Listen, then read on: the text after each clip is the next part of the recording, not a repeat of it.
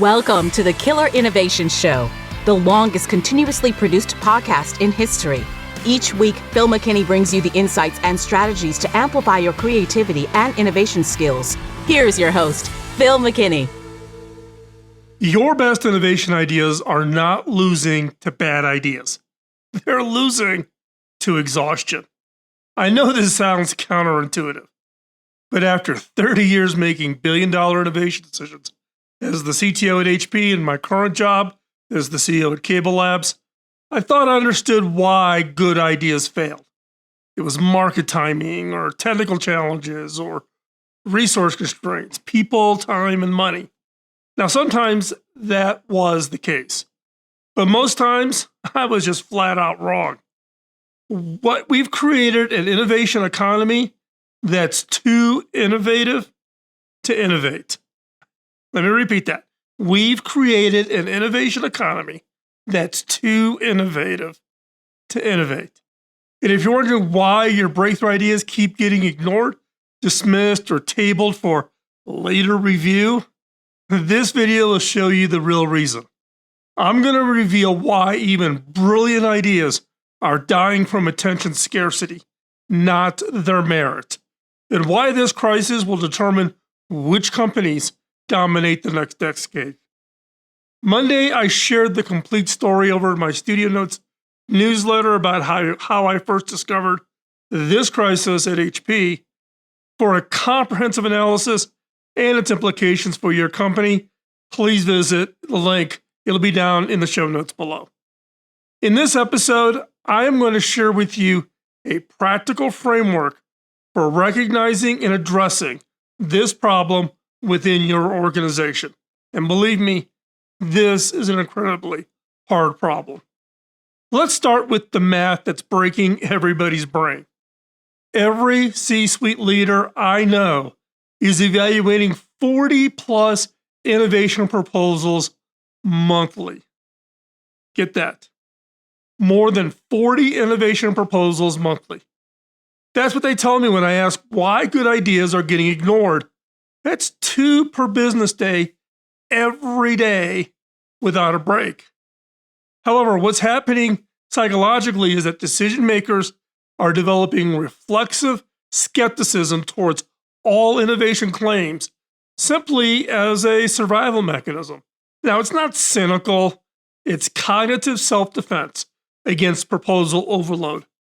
In conversations with dozens of executives over the past year, nearly 3/4 of them tell me they have innovation fatigue, and it's become their top decision challenge. Think about that. The problem isn't a lack of innovation. The problem is too much innovation. Good ideas are dying not from merit evaluation, but for attention competition. We've created an innovation economy where there's the sheer volume of innovation prevents genuine innovation from ever emerging. And here's the irony. I'm using the same overloaded language that is part of the problem. When every idea is described as revolutionary, the words lose all meaning. Last month alone, I was pitched 23 revolutionary AI solutions. Most were solid ideas with real potential, but none got the attention they deserved because my brain had already tagged them as the innovation noise before I could even properly evaluate their merit. And that's when it hit me. Is someone whose job is literally to analyze innovation decisions can't focus properly? What chance do overwhelmed executives have? The cruel mathematics are simple. Breakthrough ideas need deep consideration, but executives only have bandwidth for surface level evaluation. Let me show you exactly how this plays out in the real world. At HP, I first discovered this when I was running HP's Innovation Program Office, what we called IPO. It was part of my office of the CTO. The IPO was HP's dedicated engine for identifying, incubating, and launching breakthrough technologies that would become the company's future growth drivers. We had frameworks, we had plenty of funding, and we had really smart and brilliant people. It was a great team. Harvard and Stanford now teach case studies about the HP IPO and our process design. If you're interested in those case studies, links are over on the Substack studio notes. But here's what those case studies miss entirely. We were drowning.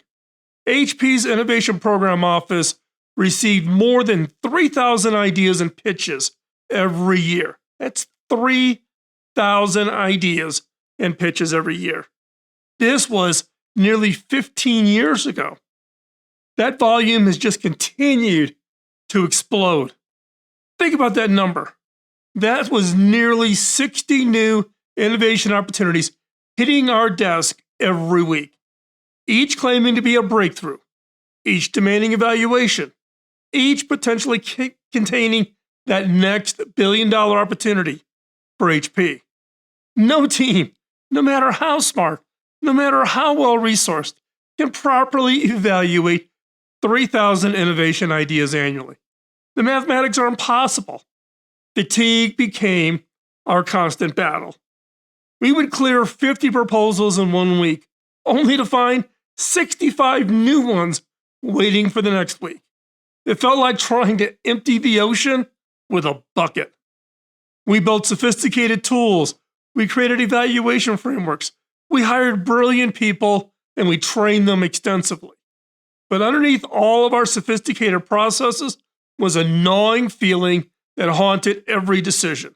Somewhere in there of those 3,000 ideas were genuine breakthroughs that we weren't giving it the proper attention. I remember one particularly brutal month. We'd evaluated around 250 innovation pitches. By week 3, I caught myself skimming proposals that deserved hours of consideration. And by week 4, I was unconsciously looking for reasons to say no rather than for reasons to say yes. And that's when I realized the system had broken me. And if it could break someone whose job was literally to find breakthrough innovation, it was breaking everyone. And the most painful part, years later, I would occasionally encounter innovations in the market that looked suspiciously familiar. Ideas that had been buried in our pipeline, dismissed not because they lacked merit, but because they arrived during a week when we were too overwhelmed to give them the attention they deserved.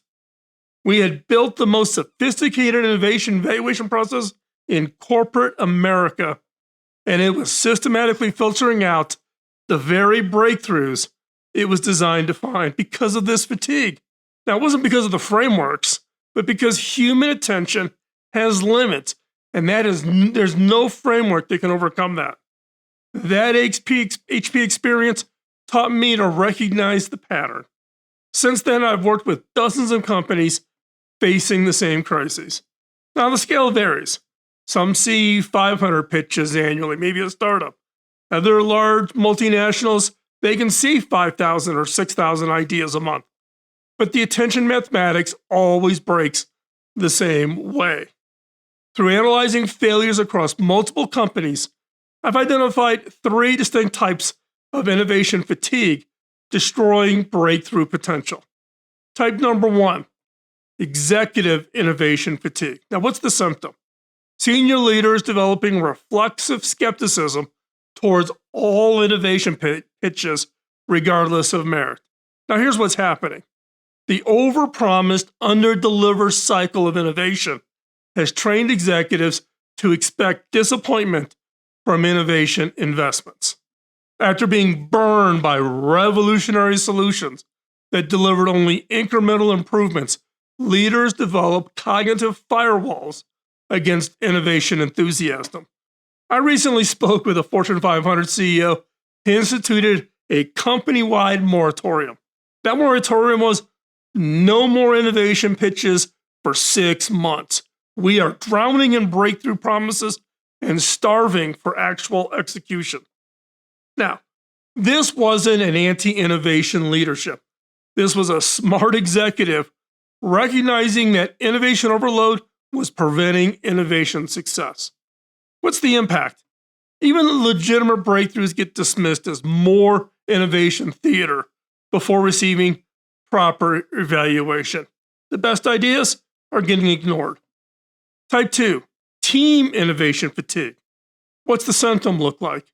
Innovation teams are burning out from launching initiatives that constantly get killed or ignored during the evaluation process. So, what's the cause? Organizations creating continuous innovation pressure without building the decision infrastructure to evaluate and support breakthrough ideas properly. At HP's IPO, we watched our most creative evaluators essentially stop fighting for the breakthrough ideas. Now, when I pushed back and I asked why, one told me, quote, "We're processing 60 pitches a week.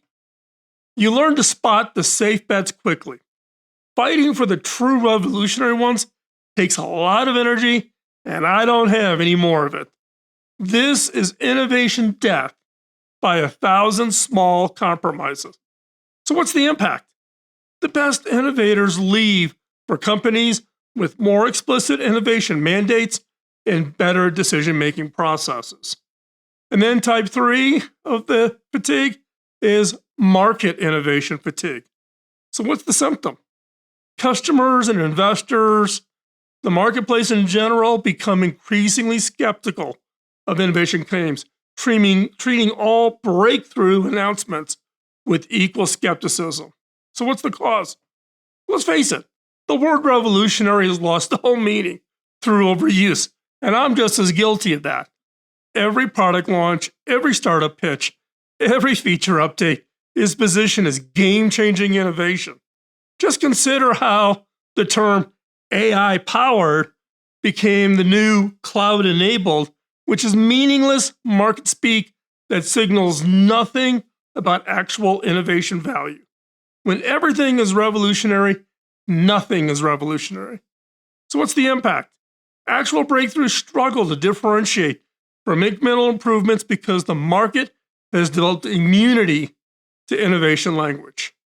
So, this isn't just another innovation challenge we can solve with better processes, better frameworks, more resources. This crisis is fundamentally different from anything we've ever faced before. Historically, innovation slows down where resource problems. Companies couldn't innovate because they lacked money, they lacked talent, they lacked technology, they lacked investors. The solution was always to invest more resources in innovation capability. Today's crisis is a problem of attention and focus scarcity in an abundance economy. We have unlimited innovation opportunities and limited cognitive bandwidth to evaluate them properly. More resources will not solve the intention mathematics. Just consider the trend. Innovation proposals are growing exponentially, but human decision-making bandwidth remains constant. So here's the real danger. We're not innovation starved, we're innovation overwhelmed. Breakthrough opportunities are getting lost in the noise of marginal improvements. However, here's the opportunity. The companies that figure out attention allocation will dominate the next decade, while everyone else struggles with their own innovation successes, meaning their pipeline is overwhelming them. This isn't about having better ideas, it's not about having more ideas. It's about being heard above the innovation noise. And most organizations have no systematic approach to cutting through their own opportunity abundance. So, what are you to do about this? Let me share a practical framework I use with companies to diagnose and address innovation fatigue. Step 1, count your innovation inputs. I bet you don't know what your number is. Track everything hitting your innovation pipeline for 1 month. That's ideas, that's pitches, proposals, quick conversations at a conference about some breakthrough opportunity. You will be shocked by the number. Step 2, calculate your innovation capacity. How many innovation decisions can your team properly evaluate monthly? Not skim, properly evaluate. Be brutally honest about the time quality evaluation requires. Step 3, identify the attention gap. Subtract your capacity from your inputs. That gap is where breakthrough ideas go to die. And step 4, design attention triage. Develop a systematic methods to quickly identify the 10% of ideas that warrant in-depth evaluation. Process is not going to be perfect, but it needs to be systematic.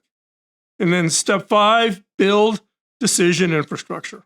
Most companies have innovation processes, but no decision infrastructure. These are different things. It's not just about innovation process. You have to have an infrastructure and a framework to make decisions. Remember, the goal is not to evaluate everything. The goal is to evaluate the right things. Now, here's a hint. In my book, and I've talked about it in previous episodes, so you can go search for it. You can look at the FIRE framework that I use. I teach it in my workshops. We use it at Cable Labs. We use it at HP. Kroger uses it, Procter & Gamble. Literally 10,000, 20,000 corporations use the FIRE framework. The most important part of the FIRE framework that can help you identify and solve is the ranking process. There's chapters about it in the book, but you can also get it for free searching around both here and over in the podcast or over on the blog. Just search for Phil McKinney ranking. You'll get flooded. You can watch and read any of those. Ranking allows you to identify that top single-digit percentage of the ideas that you should spend your time on. You want to use a good ranking process. Mine's not perfect. Adapt it.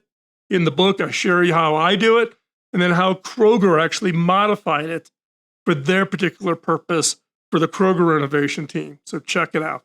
Now, with all of this, here's what I want you to do right now. Look at your innovation pipeline. How many ideas are you currently stalled, not because of lack of merit, but because nobody's attention bandwidth to evaluate them properly? If you're honest, it's probably most of them. Now, if you use the ranking process, you can actually start digging through that back bundle that you've got clogging up your innovation successes. Innovation fatigue is just one of 10 critical innovation decisions, framework challenges that nobody's addressing directly. Over the past month, I've identified the unspoken problems that determine where billion-dollar innovation bets either succeed or fail. Add your voice to choose which challenge I should cover in an upcoming episode.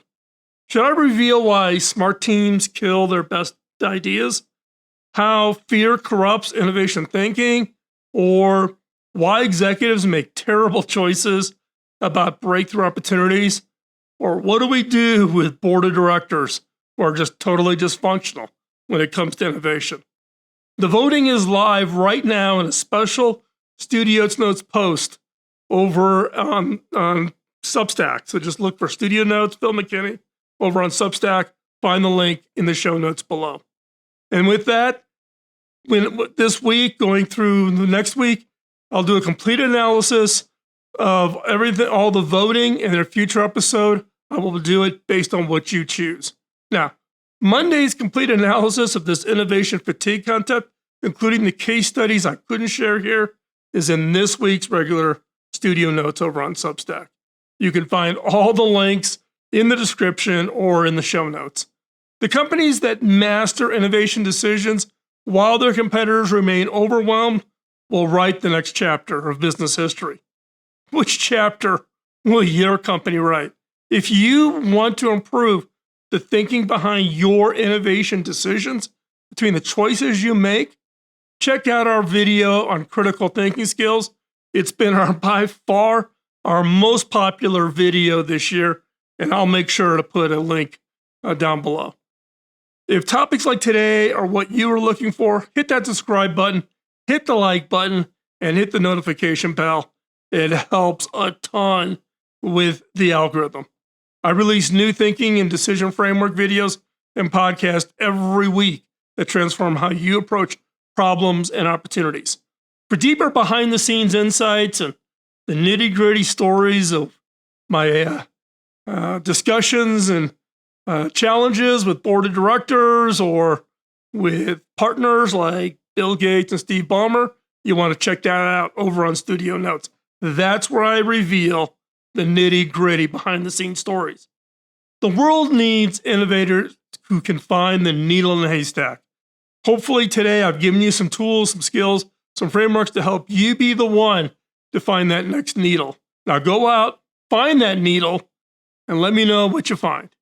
I'll see you next week. Bye-bye. Podcasting nonstop since 2005, this has been the Killer Innovation Show on the Innovators Network.